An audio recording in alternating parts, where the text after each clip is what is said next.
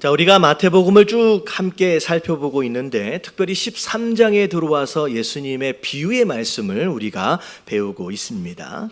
지금 오늘까지 살펴본 비유의 내용들을 보면 상당히 많아요. 13장 처음부터 시작해 보면 씨 뿌리는 비유에서부터 시작해서 두 번째가 가라지 비유였어요. 두 번째 가라지 비유서부터는 천국 비유다라고 해가지고 나오는 내용입니다. 그리고 나서 겨자씨 비유, 그리고 나서 누룩 비유, 그리고 나서 밭의 감추인 보화에 대한 비유, 그리고 지난주에 나왔던 내용이 좋은 진주를 구하는 장사에 대한 비유라고 말씀을 드렸습니다. 그래서 다섯 번째 내용과 여섯 번째 내용은 굉장히 비슷하지만 전혀 다른 비유다라고 제가 하나씩 짚어가면서 설명을 좀 드렸습니다. 자, 오늘 이제 거의 비유의 마지막 부분에 와서 하나님 하시는 말씀이 물고기를 모으는 그물에 대한 비유예요. 자, 이 비유는 사실은 어떤 내용을 예수님께서 비유로 들으셨냐면 갈릴리 호수에서 고기를 잡은 어부들이 일상생활 가운데서 이제 하고 있는 일상적인 내용들을 이제 비유로 드신 것이요. 그래서 47절서부터를 보면 천국은 마치 바다에 치고 각종 물고기를 모으는 그물과 같다라고 얘기하고 시작합니다. 모으는 그물이다라고 하는 것은 어떤 종류의 그물을 의미하느냐? 이 두 척의 배가요, 가운데에 그물을 하나씩을 거는 거예요. 하나의 그물을 양쪽에다가 걸어요. 그리고 나서 이 두 배가 이제 쭉 항해를 가면 이 사이에 놓여 있는 그물 안으로 뭐가 모이기 시작해요? 물고기가 모이기 시작하는 거죠. 그래서 물고기를 이렇게 몰아가는 어떤 그런 식의 그물이다라고 생각을 하시면 됩니다. 그래서 한참 몰고 다니다 보면 그물 안에 고기들이 가득 채워지게 되는데, 채워지게 되면 그 그물 안에 있는 물고기들을 다 어디로 끌어내냐면요, 물가로 끌어내는 거예요. 그리고 나서 그 물고기들을 선별하는 작업을 하는데, 보니까 좋은 것은 어디에 담는데요? 그릇에다 담고, 못된 것은 어디다가? 바깥으로 내버린다라고 이야기하고 있습니다. 여기서 말하고 있는 좋은 고기와 못된 고기는, 사실 못된 고기라고 얘기하니까 썩어서 못 먹을 그런 고기를 의미하는 게 아니죠. 왜냐하면 물속 안에 그런 썩은 고기가 다니지는 않죠. 이게 어떤 상황이냐면요, 신명기에 보면 이스라엘 백성들에게 율법으로 정해진 게 있어요. 고기 중에서도 먹을 수 있는 물고기와 먹지 못하는 물고기가 정해져 있습니다. 그래서 율법적으로 보면 지느러미가 없는 물고기, 아니면 비늘이 없는 물고기는 이스라엘 백성들에게 부정한 것이다 라고 해서 먹지 못하도록 되어 있어요. 그래서 여기서 나오는 이 못된 물고기는 썩은 물고기, 잘못된 물고기가 아니라 율법적으로 먹지 못하도록 되어 있는 물고기는 그냥 내버리고, 먹을 수 있도록 허락되어지는 그 물고기만 먹도록 그릇에다 따로 담는 모습을 지금 이야기하고 있는 거죠. 근데 이 내용을 이제 마지막 때의 심판의 때도 요런 선별 작업이 있어지게 될 거라는 거죠. 그물 안에 다 함께 갇혀져 있는, 어떻게 보면 모아졌지만 그 안에서 의인과 악인을 갈라내는 작업들이 있어지는데, 악인으로 구별되어지는 그 악인들, 못된 물고기들은 어떻게 된대요? 50절에 보면 풀무불에 던져져서 어떻게 보면 지옥을 가게 될 것이다 라고 마지막 심판 때의 내용과 이제 함께 접목해서 예수님께서 설명하고 있는 내용입니다. 오늘 이 그물 비유에 대해서는요, 앞에서부터 차근차근 여러분들이 설명을 잘 들으셔야 돼요. 첫 번째 메시지가 뭔지서부터 우리가 살펴보도록 하겠습니다. 1번 같이 한번 읽어볼게요. 다 같이 시작.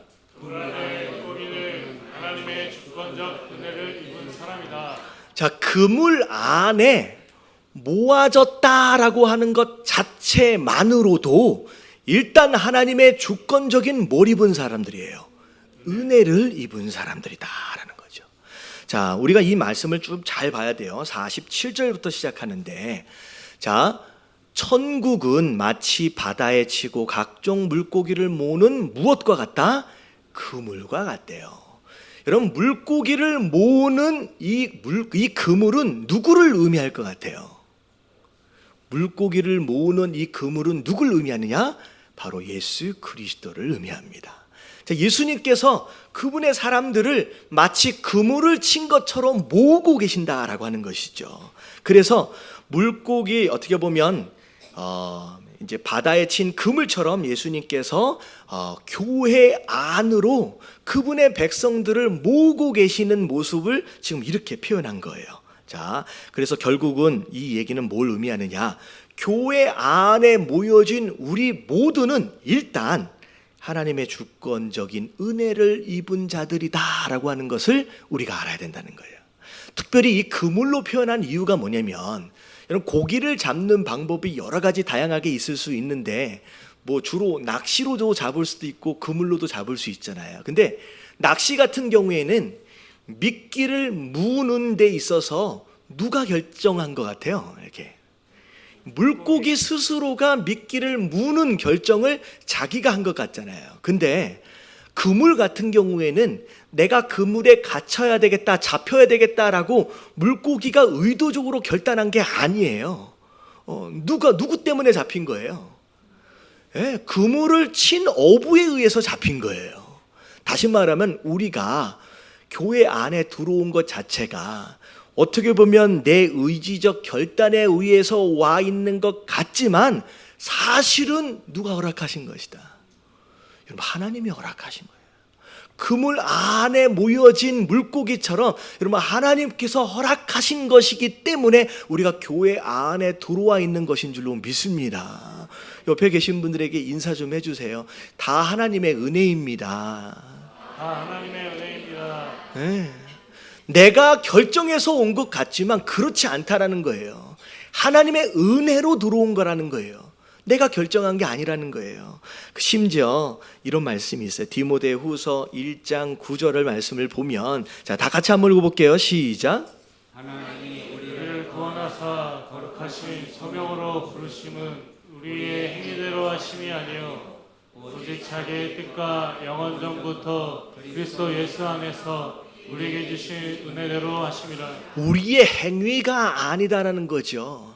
그물 안에, 교회 안에 들어와 있는 이것 자체가 우리가 다른 자들보다 뭘 더 깨끗하게, 더 잘해서 착하게 해서가 아니라 누구의 은혜다? 하나님의 은혜로 말미암아 우리가 이 안에 들어올 수 있게 되었다라는 거죠. 그래서 자, 은혜가 무슨 뜻이라 그랬어요? 위에 설명이 나오는데, 자, 같이 한번 읽어볼게요. 시작. 받을 만한 자격이 없는 자들에게 주시는 하나님의 선물. 네, 우리가 자격이 있어 이 안에 들어온 게 아니라는 거예요. 하나님의 은혜로 말미암아 이 자리에 들어와 있다라고 하는 거. 그러면 이게 오늘 이 비유에 대한 가장 기본적인 전제입니다. 자, 그래서 그물 안에 들어온 물고기는 곧 뭘 의미하느냐? 교회 안에 들어와 있는 모든 자들을 의미하는 거예요. 모든 자들을 의미하는 거예요. 근데 자, 두 번째가 뭐냐? 자, 다 같이 한번 읽어볼게요. 시작. 그물 안에 다양한 물고기들이 함께 존재한다. 자, 그물 안에는 어떤 물고기들이 있느냐? 47절을 보니까 어떤 물고기래요? 각종 물고기다라고 얘기해요. 그래서 영어로 보면 all kinds of fish라고 나와 있어요. 이게 뭐냐면 모든 종류의 물고기들이 다 어디 안에 들어와 있어요? 그물 안에 다 들어와 있다는 얘기예요. 이 얘기는 뭐냐면 교회 안에 어떤 사람들이 들어와 있어요? 각종. 이걸 이제 전문 용어로 뭐라고 설명을 하면 딱 마음에 와닿을 수 있냐면요, 별의별 사람들이 다 들어와 있어요. 옆에 한번 보세요. 어떤 사람들이 들어와 있나? 나랑 똑같이 생긴 사람 한 명도 없고요. 나랑 성격 똑같은 사람 한 명도 없고요. 생김새도 다르고요, 성격도 다르고, 생각도 다르고, 잘하는 것도 다르고, 못하는 것도 다르고, 심지어 취향도 다르고, 입맛도 다르고, 별의별 다 다양한 사람들이 다 함께 모여 있는 곳이 어디다? 교회다라는 거죠. 그래서 여러분들 교회 안에 들어와서 아니, 별 사람들이 다 있네 라고 이야기하는 것은 이게 맞는 얘기가 아니에요. 왜냐하면 별 사람들이 원래 다 있는 게 교회다라고 하는 거예요. 여러분 깨달아지시길 주님의 이름으로 축원합니다. 제가 참 신기한 게 뭐냐면 제 사모가, 제 와이프가 이제 생김새는 한국 사람이에요. 부모님이 한국 사람이니까. 근데 사실은 한국 사람이 아니에요. 뭔 얘긴가? 제 와이프가 어디에서 태어났냐면 아르헨티나에서 태어났어요. 그리고 자라기를 파라과이에서 자랐어요. 남미에서 자랐어요. 그러니까 어떻게 보면 한국하고 부모님만 한국 사람이지 이게 배경 자체가 너무 달라요. 그런데 심지어는 이제 고등학교 1학년 때부터는 어디에서 살았냐면 미국에서 살았어요. 한국 국적이 없습니다.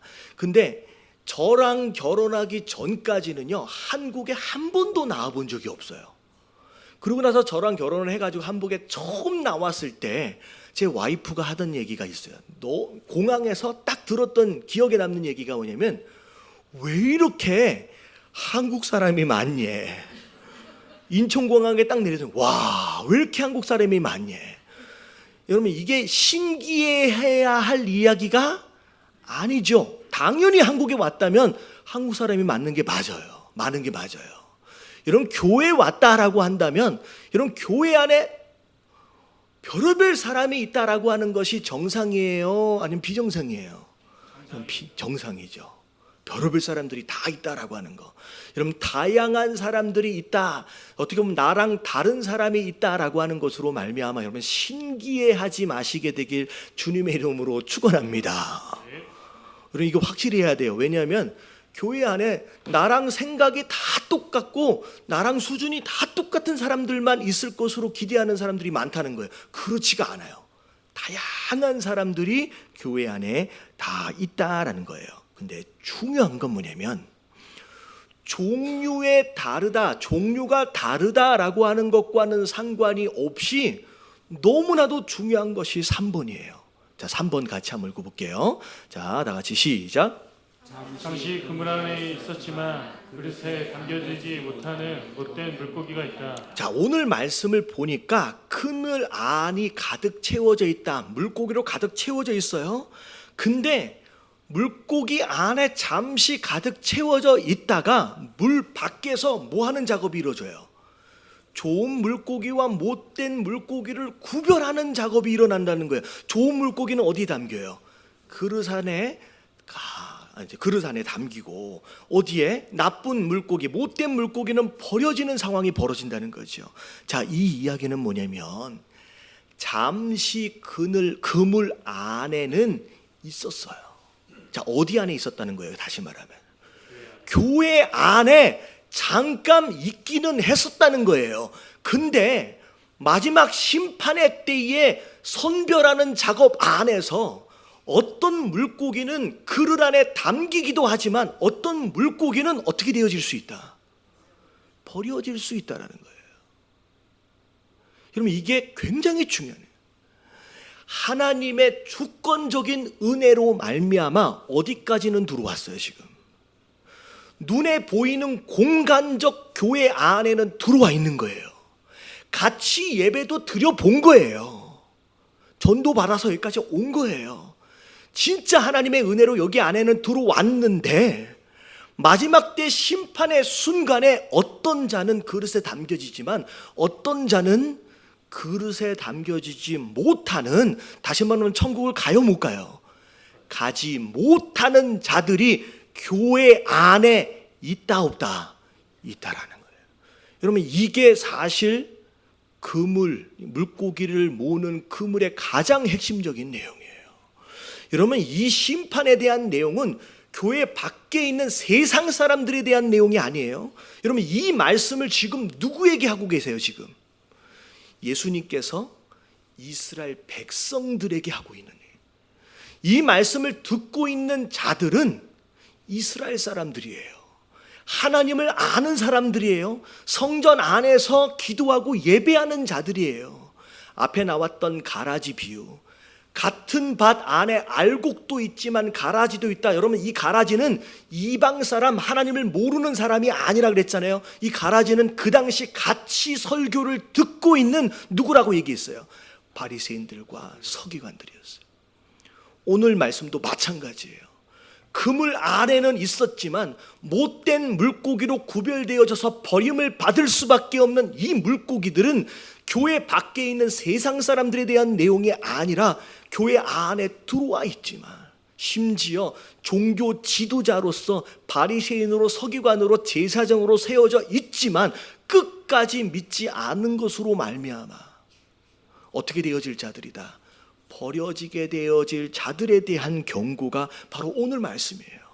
자, 오늘 말씀에 대한 해석 49절을 보면 자, 뭐라고 나와 있는지 한번 읽어보세요. 시작. 세상 끝에도 이러하리라. 천사들이 와서 의인 중에서 악인을 갈라내어. 여러분, 성경을 읽을 때 한 단어 한 단어를 자세히 읽어야 돼요. 자, 보세요. 어디 중에서 악인을 골라낸대요? 여러분, 의인 중에서 악인을 골라내요. 이 마지막 때 심판의 모습이에요. 의인 중에서 악인을 골라낸다라고 하는 이 의미는 골라내기 전까지만 해도 의인들 사이에 마치 무엇처럼 함께 섞여 있었다? 의인인 것처럼 섞여 있었다는 거예요. 좋은 물고기인 것처럼 그 안에 섞여 있었다는 거예요. 근데 마지막 때가 되어지면 그 의인들, 교회 안에서 섞여 있어서 잘 구별되어지지 않아 보이는 자들 사이에서 뭘 골라내기 시작해요? 하나님이 악인들을 집어서 골라내기 시작하는 거예요. 자, 그 내용이 베드로전서 4장 17절에 나와요. 여러분들 이 줄 쳐진 데까지만 읽어볼게요. 다 같이 시작. 하나님의 집에서 심판을 시작할 때가 되었나니. 자, 심판이 어디에서부터 시작되어지는지에 대해서 분명히 얘기하고 있어요. 심판이 어디서 시작돼요? 하나님의 집에서부터 심판이 시작돼요. 여러분, 여기서 얘기하고는 하나님 집이 어디예요? 여러분, 교회예요. 여러분, 심판은 세상으로부터 시작되지 않아요. 여러분, 하나님의 집 교회 안에서부터 마치 알곡에서부터 가라지를 뽑아내는 것처럼 여러분, 좋은 물고기들 사이에서 섞여 있는 못된 물고기를 뽑아내는 바로 그것이 이 땅에 임하게 될 심판의 시작이다라고 얘기하는 거예요. 여러분, 깨달아지시길 주님의 이름으로 축원합니다. 여러분, 이 말씀을 제가 전하는 이유가 뭘까요? 여러분, 이게 정말 너무 안타까운 거예요. 진짜 하나님의 은혜로 교회 안에까지 들어왔다라고 한다면 다 그릇에 담겨져야 하는 것이 아니겠느냐. 여러분, 우리 예담교회 성도들만큼은 전부 다 그릇에 담겨지시게 되길 주님의 이름으로 축원합니다. 여러분, 여기까지 왔잖아요. 생각해 보세요. 여러분, 교회 다니지 않는 사람 지금 뭐 하고 있을 것 같아요? 둘 중에 하나지. 어디 놀러 가 계시든지 아니면 뭐 하고 계실 것 같아요? 피곤하니까 배고플 때까지 다 주무시고 계실 거예요. 여러분, 이 이른 아침에 이 예배라도 한번 들어보려고 여기까지 왔잖아요. 이렇게 수고하잖아요. 할렐루야. 여러분, 이게 누구 때문에 이렇게 하고 있는 거예요? 우리가 하나님의 은혜 때문에 여기까지 온 거예요. 근데 이렇게까지 왔는데 못된 물고기로 그릇에 못 담긴다라고 한다면 얼마나 억울할까. 이러면 이 안에는 그런 심령 없게 되길 주님의 이름으로 축원합니다. 다 그릇에 담겨져야 된다는 거예요. 근데 안타까운 게 뭐냐, 여러분, 성경에 보면 못된 물고기가 더 많대요, 아니면 좋은 물고기가 더 많대요? 자, 마태복음 22장 14절 말씀 읽어볼게요. 시작. 청함을 받은 자는 많되 택함을 입은 자는 적으니라. 청함을 받았다라고 하는 것은 그물 안에 거두어진 자들이에요. 교회 안으로 초청되어진 자들이에요. 근데 많은 사람들이 교회 안에 있어요. 근데 결정적으로 그릇 안으로 담겨지는 것처럼 택함을 받은 자는 뭐하다라고 얘기하고 있느냐? 적다라고 얘기하고 있어요. 적다라고 얘기했어요. 여러분, 이 경고의 말씀을 여러분 들을 수 있는 저와 여러분들 되시길 주님의 이름으로 축원합니다. 여러분, 이거 너무 무서운 얘기예요. 여기까지 왔다라고 한다면, 함께 예배드릴 수 있는 이 기회를 얻은 자다라고 한다면 전부 다 그릇에 담겨지시길 주님의 이름으로 축원합니다. 근데 이 교회 안에 못된 물고기가 어떤 종류의 물고기냐? 자, 이제 로마서에 보면 이 못된 물고기들이 뭐 하며 다니고 있는지에 대한 특징들을 자, 이제 29절부터 30절까지 설명을 하고 있어요. 그냥 대충 읽어보면 아, 이런 사람들이 못된 물고기의 특징이구나라고 하는 걸 알아야 돼요. 한번 같이 한번 읽어볼게요. 시작. 모든 불의, 추악, 탐욕, 악의가 가득한 자요, 시기, 살인, 분쟁, 사기, 악독이 가득한 자요, 수근수근하는 자요, 비방하는 자요, 하나님께서 미워하시는 자요, 능욕하는 자요, 교만한 자요, 자랑하는 자요, 악을 도모하는 자요, 부모를 거역하는 자요. 자, 쭉 읽어보니까 좋은 이야기인 것 같아요? 나쁜 얘기인 것 같아요? 좋은 얘기인 것 같아요? 나쁜 얘기잖아요. 하면 돼요, 안 돼요? 안 돼요. 자, 나는 이 가운데 나는 완벽하게 자유롭다. 한번 손 한번 들어보세요. 나는 이 가운데 하나도 행한 것이 별로 없는 것 같아. 나랑 전혀 상관이 없다라고 생각하는 사람은 손 한번 들어보세요. 어떻게 하나 이걸? 이게 지금 못된 물고기의 특징인데 자, 어떻게 하냐 이게 큰일 난 거예요 지금. 근데 중요한 게 뭐냐면 물론 이렇게 하면 안 되기도 하지만 진짜 못된 물고기의 특징이 뭔지가 네 번째예요. 자, 못된 물고기의 특징. 자, 다 같이 한번 읽어볼게요. 시작. 못된 물고기는 항상 억울해한다. 그럼 못된 물고기는요 항상 억울해요. 자, 50절을 보세요. 풀무불에 던져지는데 그 못된 물고기가 풀무에 던져지면서 뭐라고 하는지 보세요. 울며 이를 간대요. 자, 울며 이를 간다라고 하는 것은 뭐 하다는 얘기라 그랬어요? 억울하다는 얘기예요. 왜 내가 못된 물고기냐는 거예요. 뭘 내가 잘못해서 못된 물고기냐는 거예요. 왜 내가 천국을 못 가느냐는 거죠. 이 못된 물고기의 특징 중에 가장 첫 번째 중요한 특징은 항상 억울해합니다. 자, 이 세상에서 억울한 사람들이 제일 많이 있는 곳이 어딜 것 같아요? 여러분, 이 세상에서 억울한 사람들이 제일 많이 모여 있는 곳이 어딜 것 같아요? 어떻게 아시지? 여러분, 감옥을 가보세요. 그러면 5만 가지 다 뭐하다 그래요? 나는 여기 있어야 할 사람이 아니래. 여러분, 죄인이면 죄인일수록 하나같이 뭐라고 얘기하느냐? 나는 억울하다라고 얘기합니다. 여러분, 이게 죄인 되어짐의 특징이고 증거예요. 자기가 저지른 죄에 대하여 뉘우치지 않아요. 회개하지 않아요. 용서를 빌지 않아요. 하나님 앞에 겸손하게 나아가지 않아요. 그냥 무엇에 대해서? 심판에 대해서만 억울하다라고 이야기하는 자들이 바로 죄인 되어진 자의 특징이라는 거예요. 여러분, 인류 첫 번째 최초의 죄가 무슨 죄였어요? 선악과를 따먹은 죄였어요. 선악과를 따먹지 말라고 그렇게 아담에게 직접 얘기했어요. 뭐라고 얘기했어요? 네가 따먹는 순간 네가 정령 죽으리라 라고 직접 말씀을 들었음에도 불구하고 아담과 하와가 그 선악과를 따먹었어요. 여러분, 이 선악과를 따먹은 게 들통이 나는 순간 아담이 하나님께 뭐라고 얘기했는지를 한번 생각해 보세요. 하나님, 제가 잘못했습니다. 제가 죽을 죄를 졌습니다. 저를 용서해 주세요라고 얘기하지 않아요. 죄인 되어질 어떻게 보면 멸망받을 자들의 특징은 뭐라고 얘기했는지 보세요. 창세기 3장 12절 말씀. 자, 다 같이 시작. 아담이 이르되 하나님이 주셔서 나와 함께 있게 하십니다. 그가 그에게 열매를 내심으로 내가 원하리라. 누가 나로 하여금 열매를 못도록 만들었다? 저 여자가 나로 하여금 먹도록 만들었다는 거예요. 내 책임이 아니다. 다시 말하면 나는 지금 어하다는 거예요. 억울하다는 거예요. 따먹은 자기의 잘못은 생각하지 않아요. 남 때문에 내가 먹게 되었다는 거예요. 심지어 그 여자는 누가 줬다는 거예요?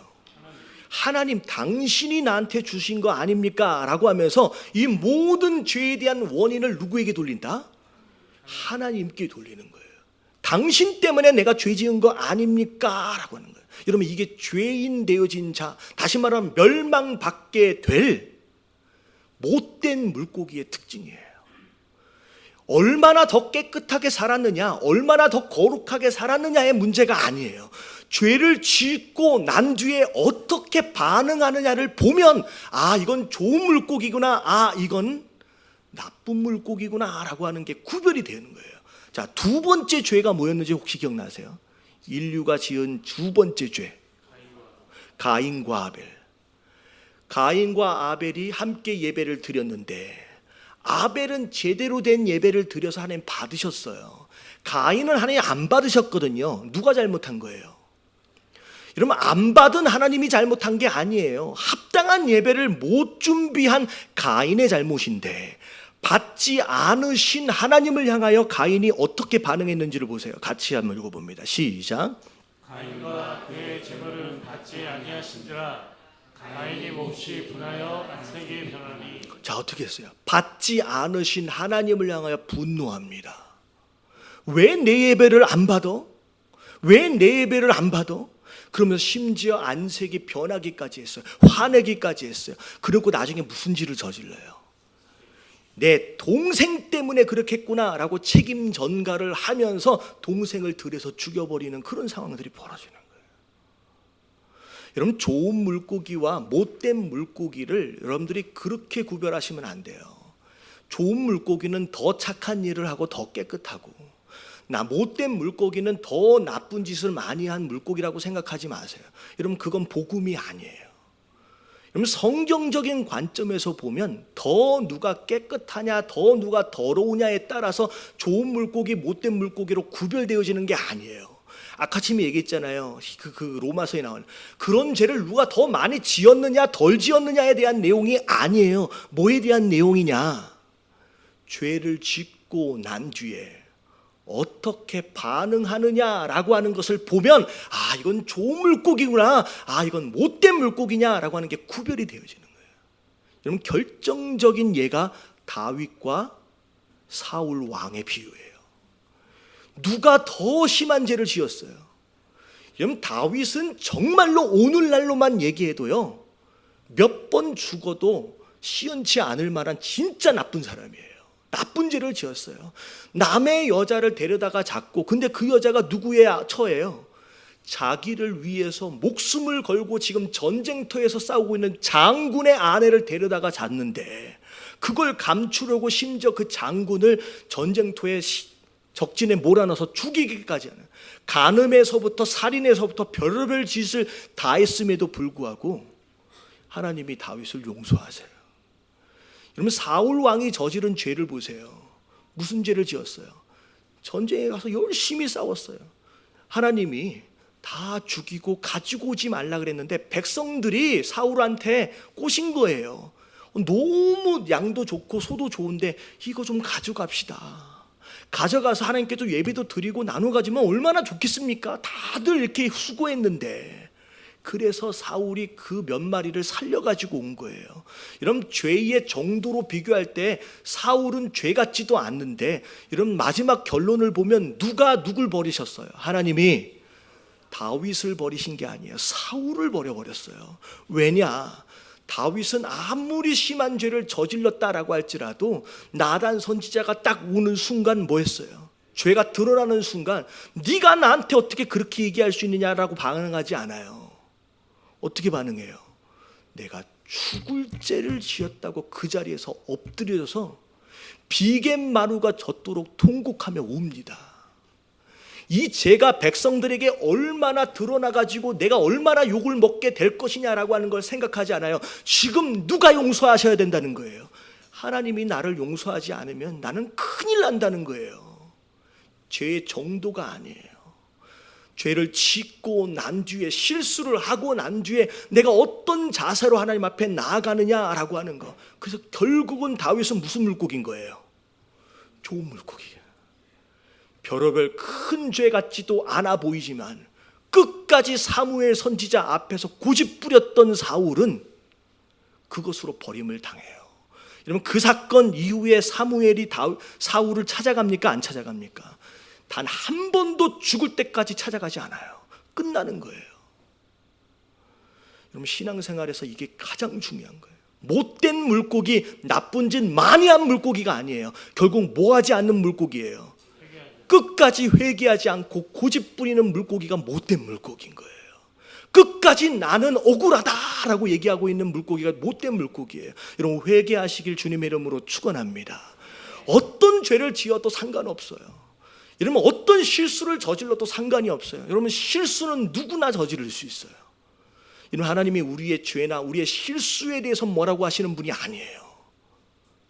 뭐에 대해서 말씀하시느냐? 네가 나한테 겸손하게 회개를 하느냐 안 하느냐는 거예요. 여러분, 깨달아지시길 주님의 이름으로 축원합니다. 마지막 한 가지만 말씀드릴게요. 제가 어떤 커플하고 상담을 하는데 그런 얘기를 하는 거예요. 교제한 지 3년이 넘었대요. 근데 우리 둘은 너무 사이가 좋아가지고 그 3년 동안에 단 한 번도 싸워본 적이 없대. 자, 이걸 자랑이라고 했을까요? 뭐라고 했을 것 같아요? 자랑이라고 했죠. 우리 사이가 너무 좋다고. 근데 저는 그 커플을 향하여 아주 심각하게 이야기해 줬습니다. 매우 염려가 되는 커플이다고. 왜냐하면요, 나는 한번 손 한번 들어보세요. 나는 부부인데 나는 단 한 번도 부부싸움하지 않고 여태껏 살아봤다라고 하는 사람 혹시 있으세요? 뭐 다 싸우시고 사시나 봐요. 여러분, 싸우지 않고 사는 게 중요한 게 아니에요. 여러분, 신앙생활 하면서요, 죄 짓지 않고 사는 것 자체보다 더 중요한 게 있어요. 여러분, 싸우지 않는 것보다 더 중요한 게 뭘 것 같아요? 여러분, 화해하는 걸 아는 게 중요해요. 아무리 사이좋게 살아도요, 화해할 줄 모르면요, 단 한 번의 싸움에 그 가정이 어떻게 될 수 있어요? 박살이 날 수 있습니다. 하지만 매일 100번을 싸워도, 이렇게 얘기하니까 맨날 싸우라는 얘기는 아니에요. 매일 100번을 싸워도 100번 화해를 잘하는 사람은 가정이 안 깨져요. 신앙생활도 마찬가지예요. 여러분, 죄 짓지 않고 살 수 있어요, 없어요? 없어요. 여러분, 다윗도 죄 짓고 살았고요, 아브라함도 죄 짓고 살았고요, 그 어떤 자들도, 심지어 바울사도 스스로가 얘기하는 거예요. 나는 죄인 중에 괴수라고. 죄로부터 자유할 수 있는 사람은 이 세상에 아무도 없어요. 근데 중요한 건 죄 짓지 않고 거룩하게 사는 것도 너무 중요하지만 더 중요한 게 뭐야? 죄 짓고 나서 내가 어떻게 할 줄 아는, 하나님과 화해를 할 줄 아느냐 못하느냐가 훨씬 더 중요하다라는 거예요. 여러분, 못된 물고기는 맨날 억울해해요. 난 잘못한 게 없다고. 끝까지 회개하지 않는 자가 못된 물고기. 여러분, 그런 물고기 되지 마시길 주님의 이름으로 축원합니다. 여러분, 하나님의 은혜로 교회 안에 들어왔어요. 여러분, 수많은 각종 물고기들이 이 안에 많이 있어요. 정말 중요한 게 뭐냐? 여러분, 좋은 물고기로 그릇에 담겨야 하잖아요. 여러분, 이 말씀의 주제는 착하게 살아라는 얘기가 아니에요. 죄 짓지 말고 실수하지 말고 살아라는 얘기가 아니라 내가 그 어떤 상황에서도, 그 어떤 죄 가운데서도 뭐 할 줄 아는, 회개할 줄 아는, 내가 잘못했습니다, 내가 실수했습니다 라고 스스로를 인정하며 나아갈 수 있는 겸손한 자, 끝까지 나는 그렇지 않습니다, 나는 억울합니다 라고 감옥에 있는 그들처럼 그렇게 핑계대는 자가 아니라 회개할 줄 아는 자로 좋은 물고기처럼 그릇에 담겨지는 저와 여러분들 되시길 주님의 이름으로 축원합니다.